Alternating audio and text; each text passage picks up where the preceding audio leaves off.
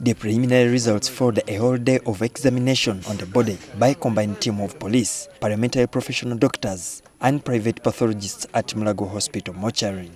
The preliminary report indicates that the late MP's pancreas was discovered to have acute injuries and her lungs inflamed. We found her pancreas inflamed.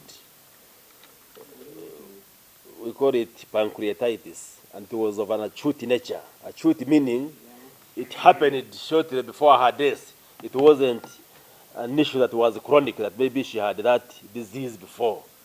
We also found that her lungs were what we say, they were consolidated. She had consolidated lungs and bilaterally, both sides. There is a texture of lung, the way the lungs should feel. In a normal way, they should feel like a sponge. You press them, but you don't puncture them. But the way they appeared, you could press a finger and you easily puncture them, and that was an abnormality. They are not expected to be that way. Pathologists also discovered that Nebanda's abdomen contained a substance which they could not readily identify. There were contents in her stomach which had an alcoholic smell, but also there were granules of rice. I think she had taken a meal earlier which contained rice.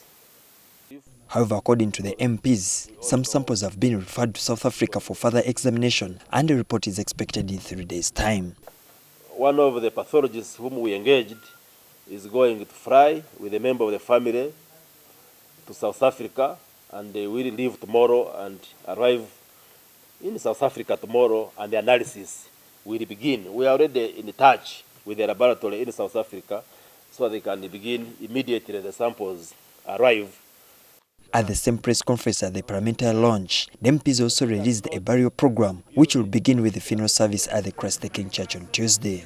The body is expected here at Parliament at 11 o'clock for the body to lay in state for public viewing and to enable people to sign the condolence book.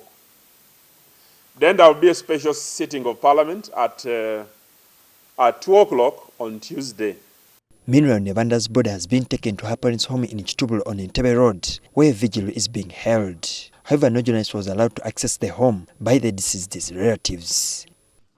But as police continues with the hunt for the suspects, it has however arrested one person who allegedly helped Nebanda's boyfriend to take her to the hospital. We have arrested one of the accomplices called Moses, and we are still continuing with the investigation. Julius Senkandwa, NTV.